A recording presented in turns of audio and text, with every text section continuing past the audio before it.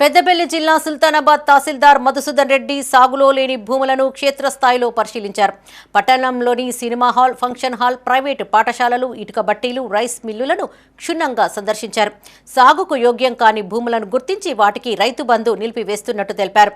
సుమారు 40 ఎకరాలలో వివిధ కట్టడాలు చేపట్టినట్లు వివరించారు. రెవెన్యూ, వ్యవసాయ శాఖ అధికారులు పరిశీలించి నివేదికను ప్రభుత్వానికి అందించనున్నట్లు వివరించారు. ఆయన వెంట ఏఈఓ స్వప్న, సిబ్బంది ఉన్నారు.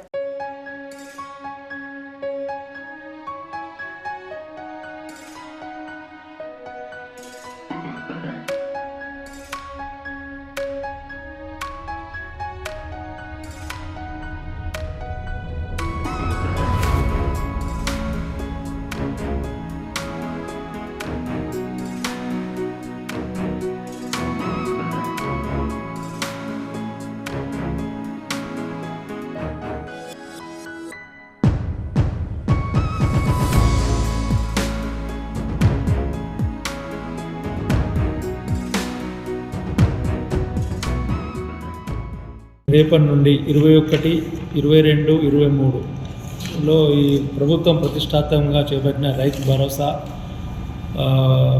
రేషన్ కార్డ్స్, ఇందిరమ్మ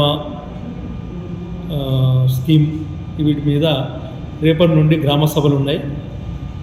రోజు 3 గ్రామాల చొప్పున 21, 22, 23 తేదీలలో ప్రజలు అందరూ వీటి గ్రామ సభలు వినియోగించుకోవాలి.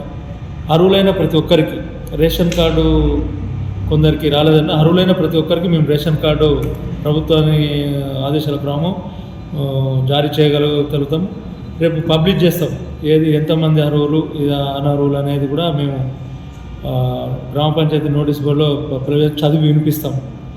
ఇవి రైతు భరోసా దాని మీద కూడా ఇప్పుడు కొన్ని నాలా కింద పడ్డాయి, కొన్ని ఫంక్షన్ హాల్స్, కొన్ని లేఅవుట్లు, అన్నతర లేఅవుట్లు అలాంటివి అన్నీ తీసేసినాం. ఆ తీసేసినవి కూడా మేము పబ్లిష్ చేస్తాం.